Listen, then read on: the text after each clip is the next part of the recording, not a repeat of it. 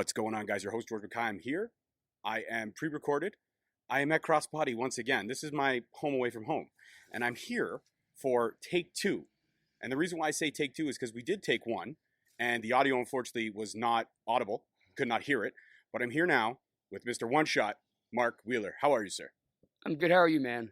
I'm good. Thank you again for taking the time out for round two here, as I called it, or take two, because the audio on the first one was not audible. And I want my fans to enjoy you as much as enjoy the interview, and they couldn't with all the background noise that we had going on.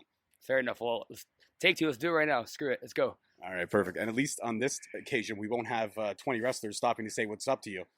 I'm popular, apparently. Well, I didn't think I was, but I am, apparently. The last interview, you were 100% popular. Yeah. I had to stop the interview like 18 times. All right, so I guess the first question I always ask everybody, and then we'll kind of steamroll where we decide to go. But everyone has that defining moment where they fell in love with wrestling. Do you remember your defining moment? Yeah. So I answered this last time, and it's actually funny because my answer, I find doesn't change per se because that doesn't make sense. But like when I answered you last time, I was on zero sleep because I did like States. I went to the States, and then I came for this. I think I was in Chicago the night before or something. I forget what it was now. But I always say it's when I first saw Shawn Michaels wrestle because he's my favorite of all time, and even like kind of more sad bald Shawn Michaels that like it's kind of hard to watch. You mean cross-eyed Shawn Michaels, one-eyed Willie, as I like to call him? I still love him, but like it's a little kind of hard to watch.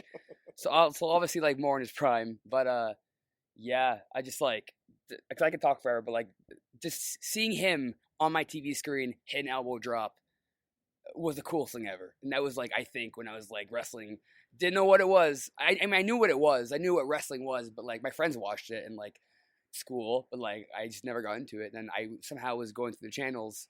And I was like, what's this? And then literally, as I remember, I turned it, I saw him in an elbow drop. It was like the perfect timing. And I was like, that's amazing. And then I got hooked. Yeah. That's like your Walt Disney moment, if you will. That's your slow nod moment where you looked at the TV and you were like, yes, this is what will happen in my life. You know those like Instagram filters that like with like the heart, like the super zoom ones? I saw that. Like, but it was Shawn Michaels doing an elbow drop. It was like, you know what I'm talking about? Yeah. So you know what you need to do then? You need to find that clip. Yeah, I got it. And you have to videotape it, heart it, and just send it out to the world. And people will know after this interview what that clip means. Look at this mark. Look at this mark. So we know that from the last interview that we did, plus all the research that I've done in preparing, as I always do, you started training at Superkicked. Yes, sir. With Chris Chambers. The half-baked kid. The half-baked kid. Can you tell me about that? Yeah. So Chris Chambers... he's a stoner. That's what he is. He's the half-baked kid. He's wrestling for I think 20 years. He's can I swear? Sorry, I forget. Yeah, absolutely. He's fucking phenomenal. Like he made sure when we left our school that everyone was like, you're good to go, right? Like you're really good to go, and he wants everyone like to know the in and outs of the business and what to watch out for. And I feel like he really prepared me like to a T, like what you should be when you get to wrestling. Perfect. So the training came with obviously what to prepare yourself for in the ring and how to do everything safely and properly, but he also gave you that little bit of street knowledge, if you will, to prepare yourself for the behind the scenes stuff, the business aspect of sports entertainment. Oh yeah, he taught us like everything that you can think of. Like he's one of the smartest dudes I know for being a stoner. It sounds funny, but like he's like when he explains things, like even if you don't get it, he'll make you get it.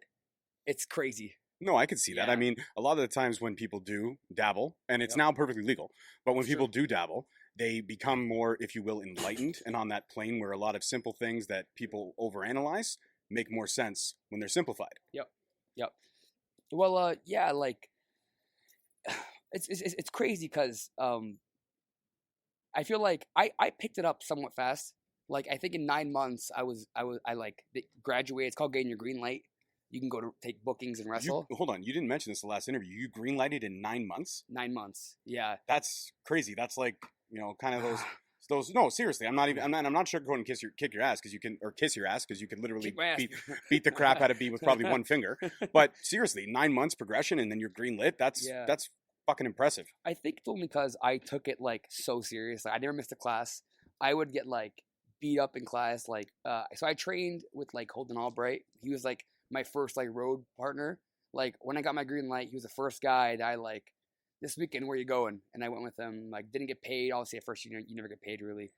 you help set up the ring, you do all your dues, and then like eventually you start like getting Progressing. like you get your own bookings and you get paid a little more, and then people start knowing you. But yeah, 9 months I started taking my book. He let me take bookings because I wrestled super kicked. I wrestled Cobra Kai in a dark match. We were given 5 minutes. I think he went like 12 because he had this long entrance, and I was so nervous that I'm like getting it fired on my first day. But like it was fun, and then after the match, yeah, I got my green light. So yeah, I've been going steady since. I've only had like I've never taken time off. So I find a way. I'm very stubborn. Actually, I put a tweet today where I'm like, so I got after talking, I'm icing my knee right now. So I'm probably the most stubborn person ever because I think genetically, because I'm Italian and I'm Serbian, which those two mixes already are like insane. When you put them together, it's like a bastard child of stubbornness. Yeah, I'm Italian and Scottish, so I completely understand you get it, yeah. My friends call me Squap, and I hate it, but they call me Squap. So you get it. I get it. So I am very stubborn, and so even like I blew my quad out twice. I think last September I blew my knee completely. I wrestle every weekend still. So I find ways to wrestle, even if like okay, it might not be my best match because like I have one leg right now, but I'll find a way to still do it because like I get anxious when I take time off. Like usually I wrestle 2-3 times a weekend. I'm only wrestling tonight. I have tomorrow and Sunday off. It's probably a blessing because I got a bad knee right now. But like in my head, I'm like, no, that's not enough. I gotta like find a booking. Actually, it was good because it's funny that I say this now because next weekend I had one show too, and that was bugging me. So I got a second booking in Michigan, and I'm like, oh, you should probably take time off. But like, and I do it without thinking because like I'll message promoters and send my stuff out. Well, I know I probably should be taking a break. And then my head, like, they won't book me. And they book me. I'm like, well, I got to drive to Michigan with a bad knee, right? Granted, not a far drive, but, like, I've never known to not go hard in anything I ever did, right? So, like, that's just how my dad raised me. He's 63, and he still works full-time construction. He could retire. Like, we're fine. But he just, like, no, I got to work, all right? So I have that, like, work ethic in me. That's why I think that's that old school work ethic that's died with this generation. Yeah. Let's be completely honest. It's died with this generation. Yes. 100%. Right. So that's why I feel like I just progress because like if I start something and I'm paying to be trained, my own hard-earned money, I'm gonna do it. Right. So yeah. Well, you want return on investment. That's what. Yeah. It is. Yeah. Right.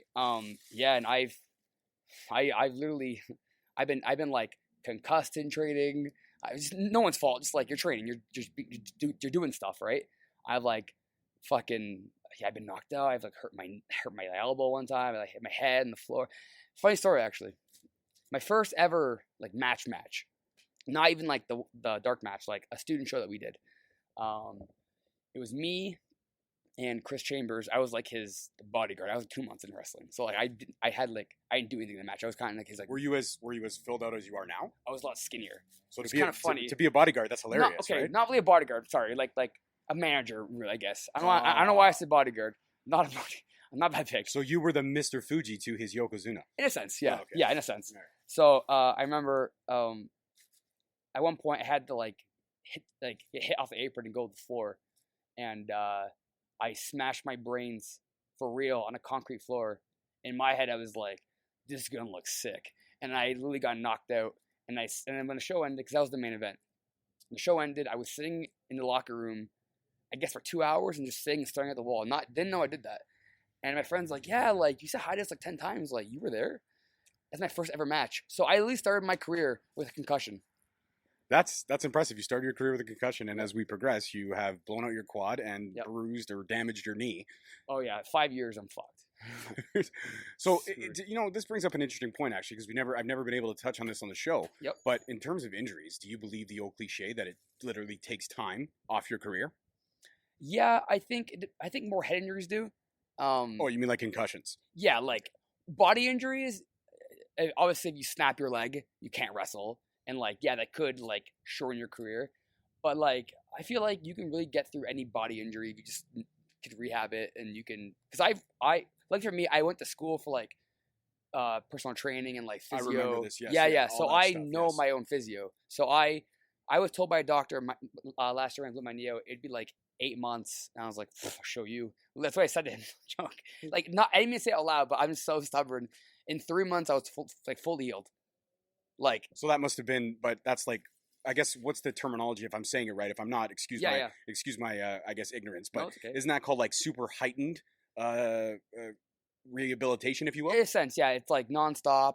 Like you're always stretching, you're always like working your knee out. Like I would twice a day, I would like stretch my knee out. I would like foam roll it out. I would like get a lacrosse ball and hate my life and roll that out. That hurt, but like that breaks it up. So I in school, luckily I actually like pay attention in school. Hope because I paid for it. But like again, return on investment. Yeah. And like it's funny because I remember being in school like I'm never gonna use this shit. And then I started wrestling after I graduated college, and I was like, you know what? Pick the right thing to do because now I know how to like. I mean, I'm not no expert, but like I know how to. You know enough to heal yourself. Yeah, but yeah, I feel like severe injuries can really shorten your career because like if you like, I've seen friends like break their arms or break their legs or like a knee pops out completely and like that's a and that can scare somebody to not go back to wrestling because like so I was saying before we started last weekend. Had a match with Hornswoggle, which was like kind of bucket list for me. Shout out to Swoggle, man! Absolutely, that dude's awesome. We did like a 3 or 4 month program feud at Alpha One in Hamilton, and I was stoked because like I grew up watching that guy. He's good. He can wrestle. It's hilarious. He like everyone thinks like oh he's a comedy guy. Hornswoggle can wrestle. Okay. There you go. You heard it exclusively here first. Mark Wheeler has fully admitted that Hornswoggle can stand tall in the ring. He's awesome. He's the coolest dude too. But I was gonna do a moonsault onto him where I had the chair on him, and either we didn't talk about it or I forgot. Probably I forgot, and I went to moonsault and I was gonna miss it and then like just eat the moonsault, but the chair was there. I didn't see it till the last second, so I tried to like protect myself, and my knee kind of spiked. Like I thought I broke my knee because it felt like it was a jolt down my leg, and like luckily that was like the end of the match, whatever. And the scariest thing I think in wrestling is like thinking you break something but you don't, because now you're like, oh, did I break it? Like, because you're laying there, and ref's like, you okay? I'm like, I think so, but I can't feel my leg, right? So like, I feel like more it's a scary thing where like that can scare you to not come back. Have you ever had one of those moments other than maybe the knee, like something else? This was fun. No, I was doing a show. Somewhere in the States. It was I think a year and a half ago. It was like a small show. I couldn't tell you what it's called now. But I took a brain buster, really high on my shoulders, and muscle buster. Okay. High on my shoulders. Samoa Joe style. Yeah. Yeah, but the guy went to his knees, not back. So and I thought it was like a back bump, which it wasn't. So I wasn't ready for that, and like my upper neck went numb, and I bumped. I thought I broke my neck. And then we got to the back. I was shaking. I'm like, I thought I died. Obviously, my brain went to like hyper mode. And it's like, you're dead. I was fine. I was sore for like a week, maybe 2. But like, that was the one where I was like, that could have been really bad if I wasn't like prepared. Like last second, I like fixed how I was to like save my life because I'm pretty sure I would have broke my neck. Pretty sure. Yeah, that sounds. I mean, for me, hearing it from you, that sounds like it hurt. Like I even did one of those faces. Yep. So tell me about you started training. When was it? If I did my research correctly, I want to say 2014, 2015 is when you started training. Yep, early 2015. Yeah, early. Yeah. Perfect. And you got the green light within 9 months, and you've been pretty much going steadily. And here we are, close to 4 years, going on 5 years later. Yeah. So what did you? Because I'm a big fan of as much as I love characters and I love ability, and you have all that. I really love the character, Mark Wheeler. One shot. Obviously, I know it came from Bond. Yeah. But I want to know, and this is kind of the first thing where I've been able to kind of dive deep into it. We talked about it before, and it was such a great part of the original interview that we got to talk about it again. So tell me about the evolution of One Shot Mark Wheeler. Okay. So I hate telling what my first character was. My first name was. Well, yeah, you have to do that because that was the greatest part of the clip from the first one. You have to. So that match with Cobra Kai, I was Mark Muscle. I was somewhat in shape, so it was a name that kind of worked. And also Mark, 2 M's, I guess it worked. I wore really shitty, not custom, generic Randy Orton type trunks, like baby blue, white as a ghost. And what is you're Italian, man? How are you white as a ghost? It's all I guess that's I tan very fast. Is that the Serbian side? Yeah. Okay. So I tan very fast. But like if I don't tan, I get white real quick. So I gotta tan at least once a week to like look decent. Gym tan laundry? Jersey Shore pun? No. No. No. Okay. All right. I'll That's not shut my up. thing. I'm gonna go screw myself here. I'm gonna leave this here, and you just finish it yourself. All right, guys. No. So yeah, that was my first thing. That didn't last very long. That was maybe 2 shows, and I was really. I mean, whatever you get in wrestling, like you appreciate. I still like. I don't take that back at all. Obviously, like that was like my first ever real first thing I did, so that was cool. But like, I didn't want to keep that too long. So I think 2 or 3 months later, we were trying to find like a last name for me, and we just like went through names. He had like a list of like 30 names, like mark this, mark that, and like none of them worked. I think the second last one was Wheeler, and like we kept saying it, like that's not bad, and then we kind of like, oh well, and then my coach was like, oh, so like what's Wheeler mean? Like what's that? Like, who's Mark Wheeler? And I was like, I don't know, like I don't, what's Wheeler come from? It's kind of a random name, and then I thought about it, and I was like, oh man, like I grew up watching. I only got into like lifting weights because of a guy named Flex Wheeler. He's like an old school bodybuilder. So that's kind of a cool little inspiration thing that I thought I liked. So I just started doing it. And I tried it at one show for like a dark match. And then it got, everyone's like, oh yeah, Wheeler. And then it just kind of stuck to me.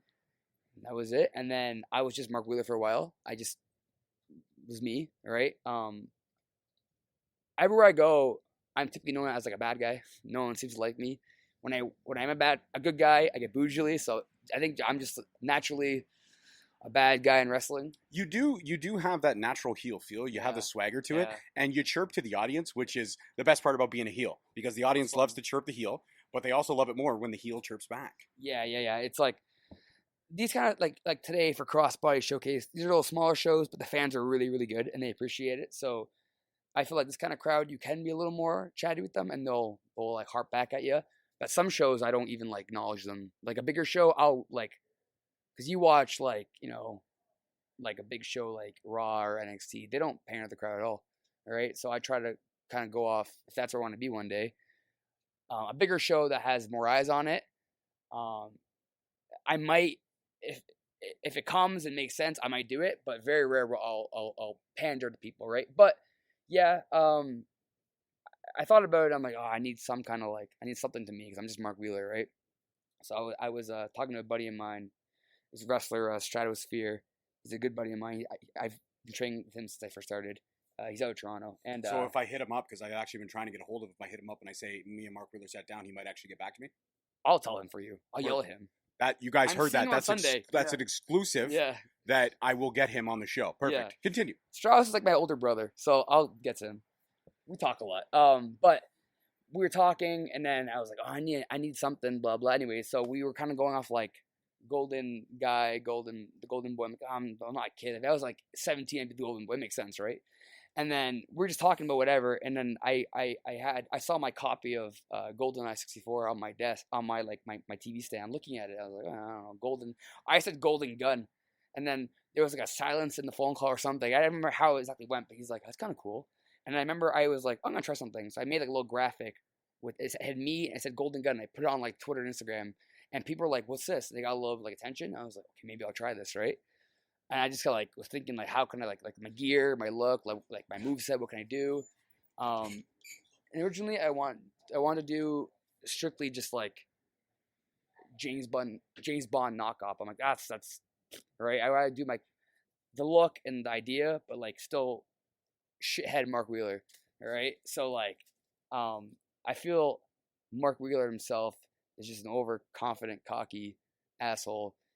Even if like you want to like him, he won't let you like him, right? And if you do like him, it's a rare occurrence. Well, I like him because I appreciate him. I appreciate everything about the character. I really do. I think it's great. I think the cool thing with I like about the whole idea is like I get to make some really cool merch too. Like I have a new shirt coming out where it's like the golden. I haven't saw it. Yeah. I Instagrammed you. I was like, I need that. Yeah. And I was thinking, since we're like bros now, maybe I can cop one for free. I don't know. I don't have them yet, but I'll get them soon. All right. I'm waiting on them. But yeah, like so like I was like, man, I grew up playing this game, and like I've always loved like the movies and all that stuff, and like the idea of like what James Bond is. Like he has all these fucking gadgets, and like he's so slick and so cool. And now, he always gets the girl. Always, yeah, which is awesome. Right? Like I can like respect that, right? But like I didn't want to do the whole suit James Bond thing, because like it's not my style. And like my buddy, the White Russian Anton Alexiev, that's the whole thing, and he rocks it more than I ever could, so I'm not gonna try.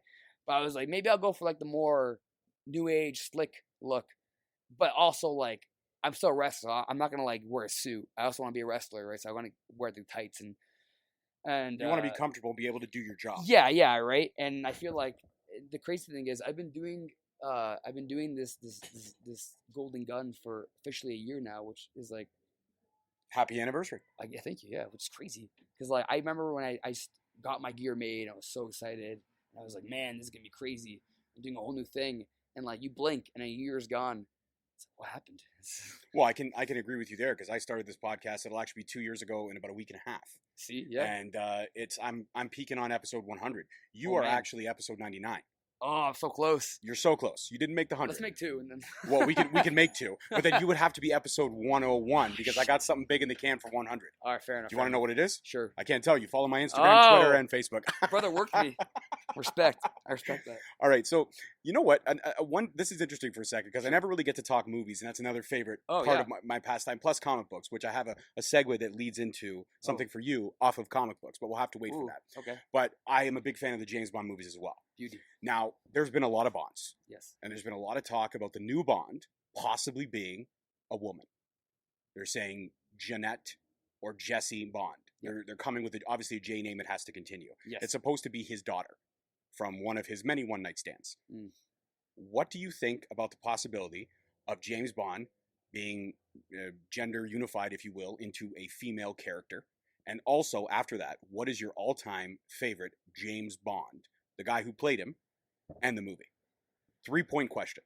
Ooh. Okay. So this one's kind of funny. First of all, I don't care guy or girl. Doesn't matter to me. It was like Ghostbusters when they were like, "Oh, it's girls." I love the girls' Ghostbusters. cares? I did. I It's thought a it was movie. decent. I thought it was decent. Here's man. my thing. I'm a big fan of like a good. I don't care what the movie is. If it's good, it's good. I'm not gonna shit on anything, right? But guy or girl, if it's a good James Bond movie, it's a good James Bond movie. I'm not gonna like give it a chance. Everyone, especially like on social media and Twitter, they love to shit on things like before it comes out. Well, we're an ultra sensitive generation now. Yes. We're in that mode. Like what really bummed me out, and I'm still gonna see it, but like I love It Part 1. Oh yeah, dude. It comes Yeah. out like a week and a half. Yeah, and like Yes. I saw, and no matter what I saw, I'm seeing it still. I saw on Twitter people were like, their reviews came in, and it's like, oh, it sucks. I'm like, or they didn't see it, and they're saying it's gonna suck. I'm like, how do you know you didn't see it? Also, those reviewers get paid to say certain things. Like that's not right. I hate that. Rotten Tomatoes is usually bought and paid for. Rotten Tomatoes, the score is never 100%. No. And when it comes to favorite, GoldenEye. Okay, so you're a Pierce Brosnan guy. Yes. For me, it's Casino Royale.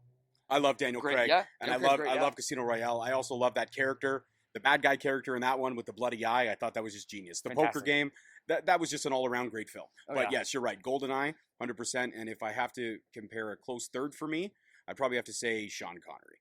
Oh yeah, I'm probably the same. I think that's pretty. But like, I like them all. I can't pick one. I didn't like Roger Moore. Something about his Okay, face. you know It what? was just like, dude, that's why you only did one. That's why Yeah. you only did one. Yeah, okay, fair enough. If I had to pick, he's probably the bottom of the totem pole. But It's like George Clooney is Batman. He's your least favorite Batman, or he's Yeah. most people's least. yeah, no, I agree he, with that. he had nipples. It was weird. It's weird.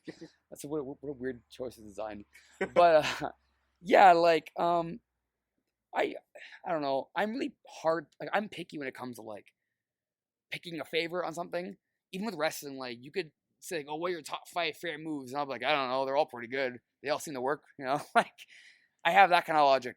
So even with movies, like I hear a lot of times, like a lot of people like will shit on like generally like bad movies. Like a movie that I love that is it good? Maybe not, but like you ever seen White Chicks? Yeah. I fucking love the movie. It's so good. And people love. I put a tweet out like a week ago, and I was like, top 3 movies of all time. I think White Chicks was number 2, and people were like, "Fucking White Chicks." I'm like, no, it's so good. But like, I'm not the one to pick the typical, "Oh, this movie's fantastic," or "This superhero's the best," or I like kind of everything. I've never been the one to be like, "Fuck that, this is better," because like I don't know, I don't care, right? Like there's for me anyways. I know how I am.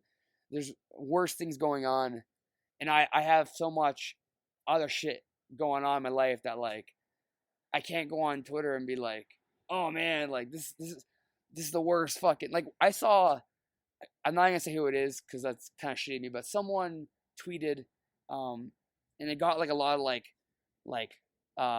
Ultra sensitive comments. yes, yeah, and he was like, Wolverine, worst superhero of all time, and I wanted to be like, I love Wolverine, but I know if I comment, I'm gonna get a shitty reply back, and it's gonna be a whole shitstorm, the whole whatever. And people were just harping this guy. He was harping back. I'm like, you guys are so invested in this arguing. Who cares? Like him or don't. It's like that kind of shit. So like when it comes to like picking favorites, especially for like movies or music or games or whatever, you like what you like. All right. All right. So we were talking about Twitter and the invested arguments and all that Yes. kind of stuff. So that actually brings me to one of my, I guess, my next question. But if you could pick a moment on Twitter where you and a fan, or maybe you and another wrestler, have gotten into something that started off joking and then it became way too serious, because it happens on Twitter all the time. It happens on social media all the time. Yeah. Has there ever been a fan where maybe guy or girl, doesn't matter, has tweeted you or done something, and then you kind of tweeted back something funny, and then it got ballooned into something out of control? I think I try to avoid that, but I think one time, I replied.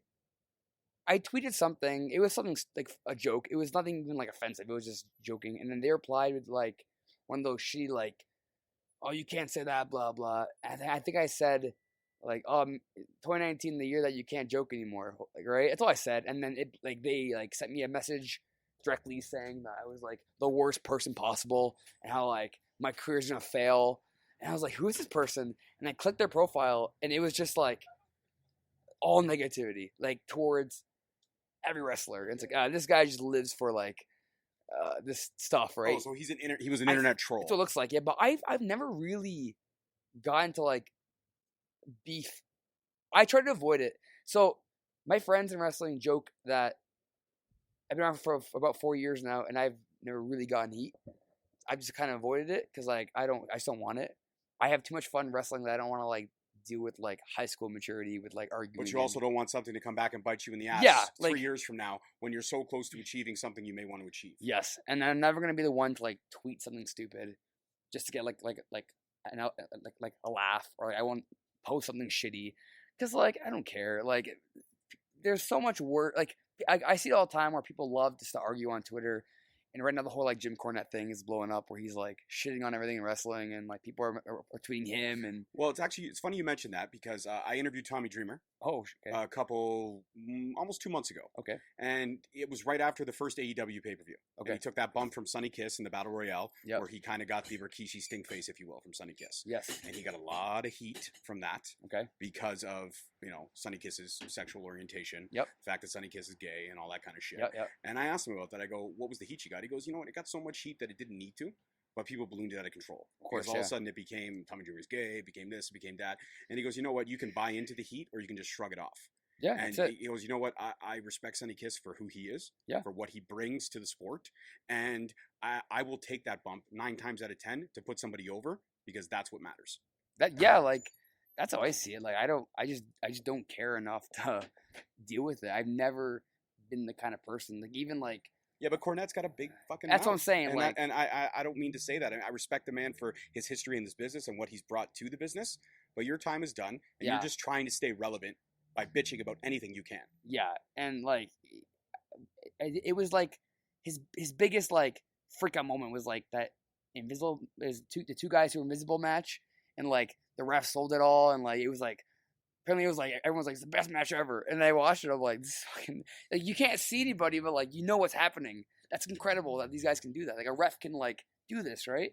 And he's like saying how it's ruined the business, and I understand where it's coming from, but like let it go. Like no one cares. Like kayfabe broke years ago. We Yeah. know it's all a show, and it's all showmanship, and there's nothing wrong with that. People who still love the business for the talent, the characters, and the storylines. Yeah, it's true.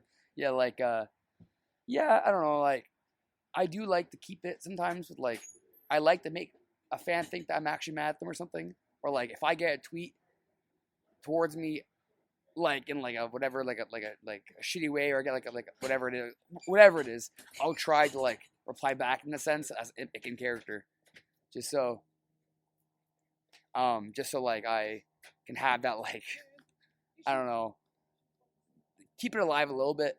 I don't want to be like so much where it's like you're this character, but like you're also not. And I get that wrestling has gone to that sense where like guys will like I don't know, hang out with fans after a show. I get that, but like they just pay to watch you wrestle. Have some decency to like respect the business enough to like not just shit on it like that. Yeah, there's Yeah. what I mean by kayfabe broken is we know that heels and faces travel together. We know that everybody's friends. You behind see them come to the show together. Like, exactly. You know, yeah. And that's what I mean by the business. But what you're talking about is 100% correct. You still got to Yeah. keep a little bit of that Yes. that secret world hidden.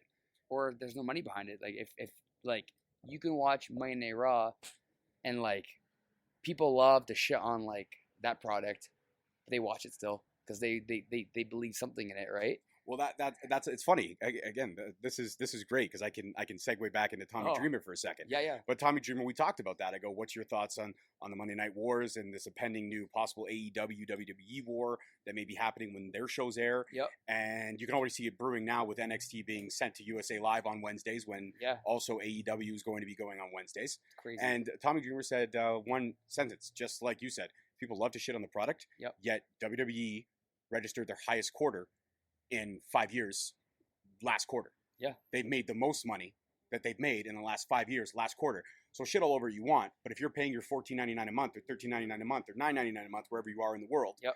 then they're still making money off you. And Yeah.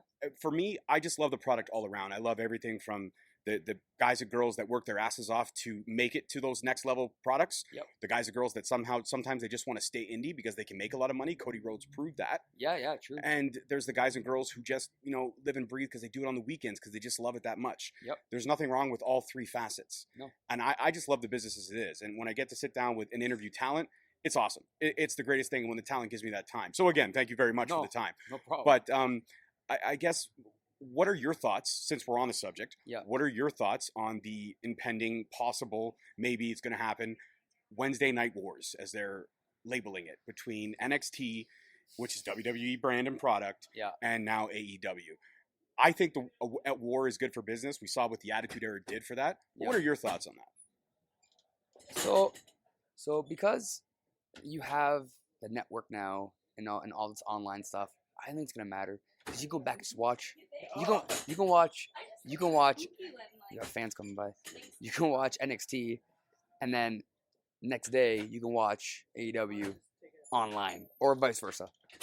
So I can't see it being. These guys don't seem to respect. You can go back and watch. Okay, watch. I'm gonna be in character. Watch this. Hey guys, bring a podcast here, eh? Oh, no. Oh, yeah. Well, You're ruining our audio. It's got a huge dump. No, go away. Oh, You're ruining it. Big league. Leave. Big league. Podcast during the show. There's people walking around here. We're talking about Hey. how great you are. I know that, but you can go now. Thank you. It's gonna I get know I'm content. great. It's going to get good content. That's the first time I've ever seen a guy go right into character right off the bat and just shun away 5 people. That was awesome. Thank you for that. So back to my question about the impending Monday or Wednesday Night Wars, as they're calling it. Yeah. So I don't think it's gonna matter. You have online everything. You have your smartphone can go on the network. Your computer can go on the network. Like your Xbox can go on. You can watch anything online for free now, right? So like it's not hard to miss one thing and then watch the next thing.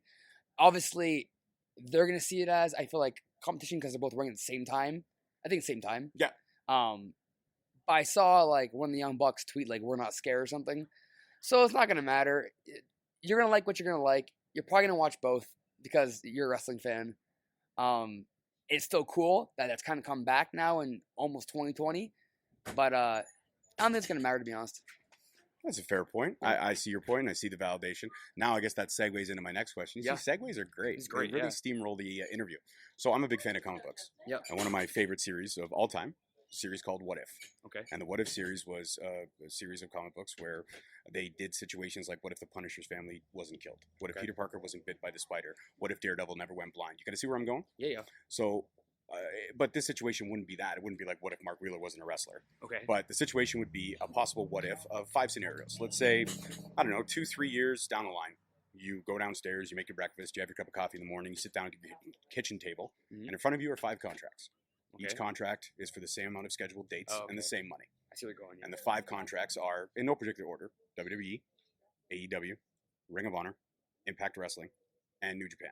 The only reason I mention those 5 specifically is because those are the 5 I do genuinely watch all the time. Yep. So those are the products I myself am the most familiar with. There are a lot of other great promotions out there, but those are in essence, the top 5 or some of the top 5. Yep. So if you had your ability, again, same money, same amount of commitment dates required. Okay. Where would you go, and who would you run your first promo, or I guess you'd say rivalry with?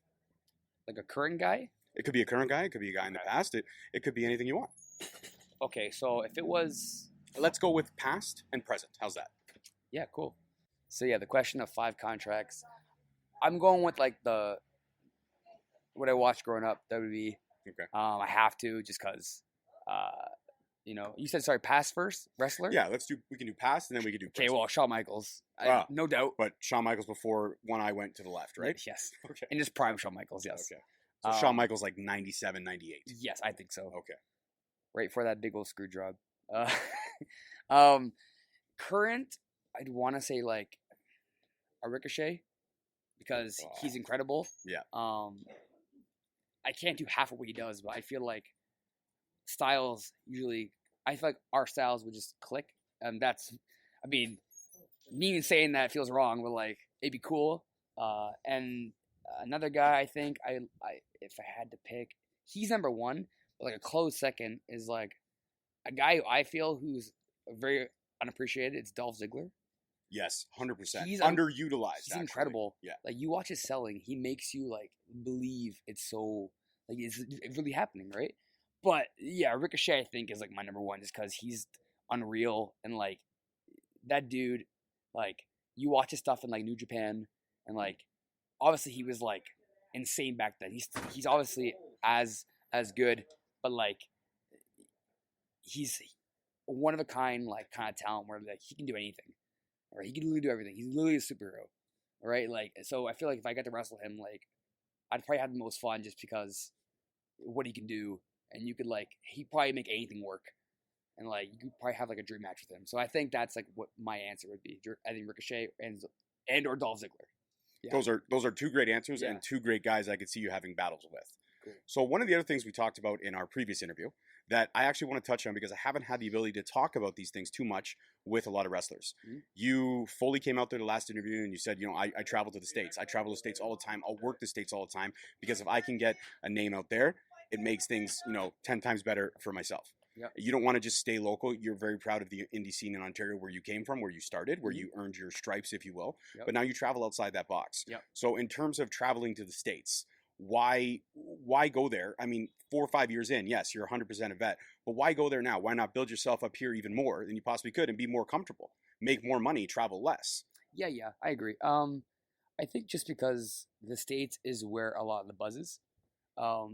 So I do a show called Freelance in Chicago, Glory Pro in St. Louis, and a couple others here and there. Freelance there's so much buzz there and it's so much fun. And the States is so different with like their crowd. Like wrestling's kind of the same wherever you go. You're gonna find so many different guys and girls, but like the wrestling at its base is always the same.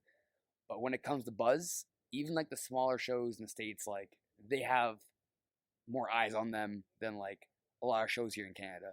Luckily now we have like independent wrestling TV, like where like a lot of shows will upload.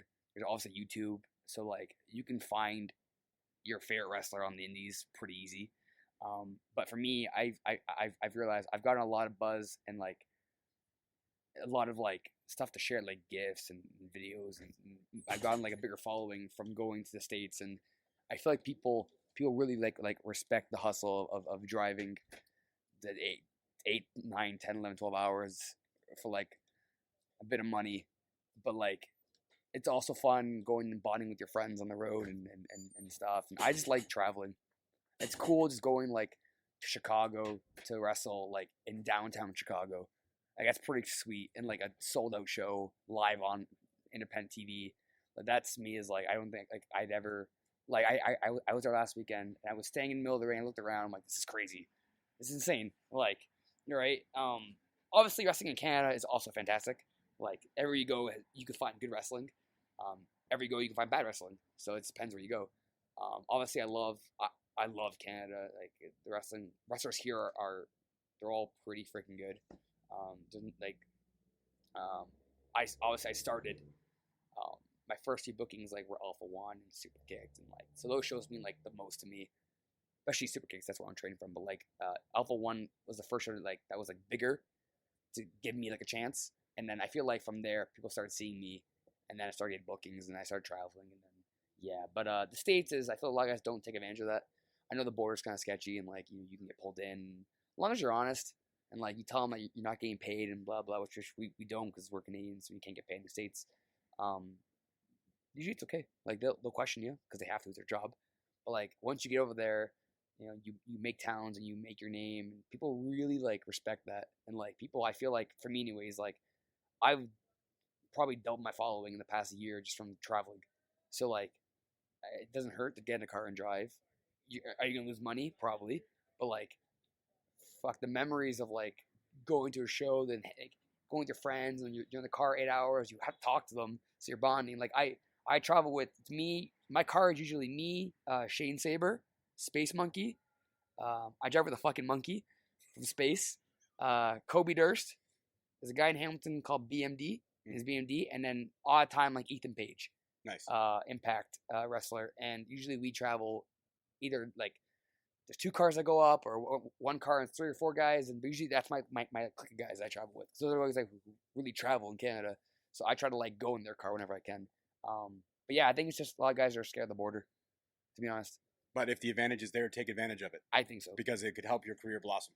And you never know who could be in the stands at a given show. Exactly. WWE could be in Chicago at the same time. Speaking of WWE, SummerSlam was recently here. Yes. I know you worked a lot of that weekend. Yes. There was the tryout. Yeah. Were you a part of said tryout? I can't talk about that. I thought I was going to get an exclusive. I went there. I tried to go there. I like if I was or wasn't, I'm really not allowed to talk about it. Fair enough. Yeah. Fair enough. Well, if you were, I hope you go to the next stages, however the process works. If you weren't, somebody will definitely see you. Yeah. One day, because Fair enough. your star is shining bright. Thank you. And I guess my last couple questions. Yep. Everyone has a dream match. Yes. An absolute dream match. Somebody they could fight any time period that they would love to. My dream match, if I ever stepped in the ring, would be with my all-time favorite, which would be Sting. Oh, But yeah? circa Cool. 1998 Crow Sting. Oh, cool. Yeah. I would actually interfere in the Starrcade match against him and Hulk Hogan, and I would steal the title.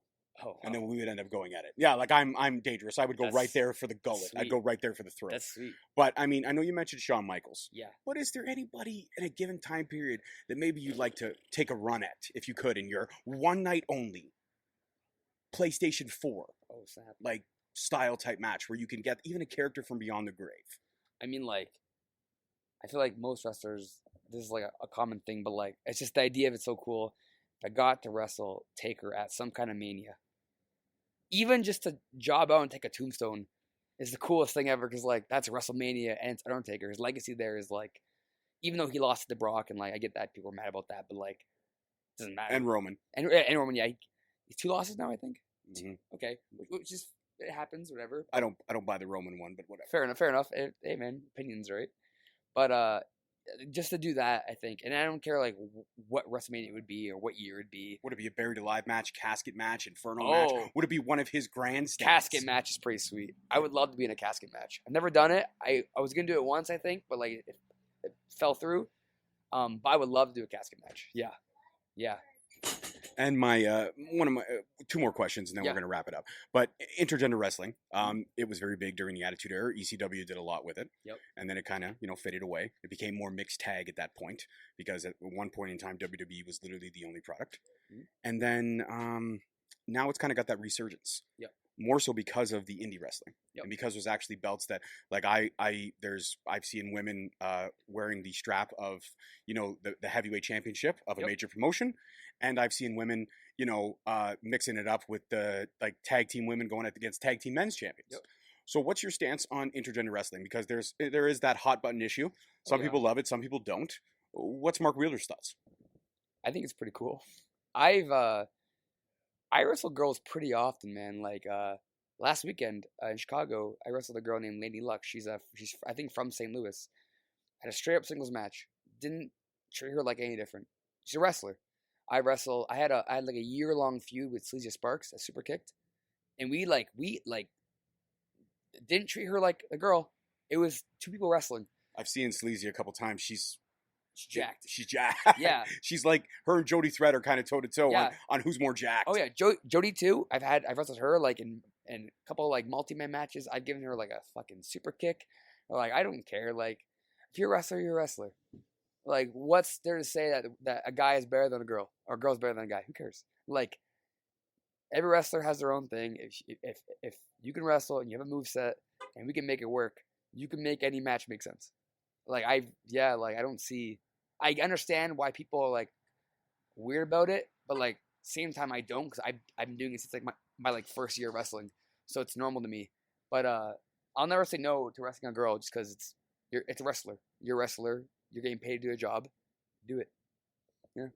I like that. And my final question, but before my final question, I want to take this time to say again, because we've already done this one time around, you are now officially a member of the Straight Talk family. Yeah. Anytime you have the ability or the opportunity to come back on the show, maybe we can do it at the studios back in Brampton. Cool. Maybe I go up and do another one of your shows. Maybe we do it over a phone conversation, just shoot the shit. Yep. Anytime you want to get back on and do it again, I don't even care if it's last minute notice. You got an hour delay on your flight going into Chicago or you're stuck at the border, give me a call. We'll do it all over again. We'll do. Would That's absolutely awesome. love it. That's And my awesome. final question, if there's a young man or young lady listening to this that wants to get into the wrestling business, but's not sure exactly how to start or where to go or has some reservations because they think they can't do it. Mhm. I know it's cliche to say it, but what's your advice to that maybe young man or young lady listening to this? Okay, so golden gun on him. All right, that's cool. Find a school in your area that you know, like do your research, right? Like ask around. If you're in the Toronto area, Super Kicked, because that's where like I train from. I actually I do like basic classes there, so like I'll help teach. If you're in Hamilton, there's Rip Impact School, Hamilton Pro Wrestling. Joshua Alexander has a school. There's a lot of schools, right? But like just do your research, because if you're gonna train to wrestle, like take it seriously, because like other wrestlers don't want people who aren't trained on the scene hurting us, because there's a lot of those around right now, and getting real tired of it. Right? So do your research, do the training, take your time, And just earn your craft, and and everything else will fall into place. and don't get a big head. Don't get a big head. Don't get an ego. No. 'cause Don't be like Mark Wheeler. yes. Sorry, don't be like the character Mark Wheeler, Yeah, not the don't- man. Yeah. Don't be like what I do. Be the opposite. Shunning away possible fans of my show on the interview. Horrible. No, I'm joking. They were rude. Mark, thank you very much. It was an awesome time, Thank you. and I can't wait to do it again whenever we can do it again. Yes. And that's it for me, guys. This was episode 99. That's crazy. That's crazy. lot of episodes. Yeah, it's been a grind for 2 What years. do you have planned But my- for 100? I can't tell you that. Told I him can't all tell you that, Holden. I'll burn your house down. I know where you live. That's true. He doesn't know where I live. He was at my house. Terrifying. I'm gonna have to move now. Terrifying. All right, guys. Episode 99 dropping. Episode 100 is gonna drop the following week, and I got something big. Mark, you want to know who it is? Yeah. You really want to know? Yeah. I'll tell you. Who? I'll tell you off air. Okay. Deal. Aha! All right, But for the good. rest of you guys, you got to tune in, listen. As always, we drop it every Friday on all the platforms, and that's it for me. And The Golden Gun, Mark Wheeler. that's it, guys. Peace out. Thank you for listening. Tune in next week for another episode on Spreaker, Stitcher, Spotify, iTunes, Google Play, and iHeartRadio. Also follow us on Facebook at Straight Talk Wrestling, on Instagram at Straight Talk Wrestling, and on Twitter at _Straight Talk. And for all our merchandise, you can search us on ProWrestlingTees.com.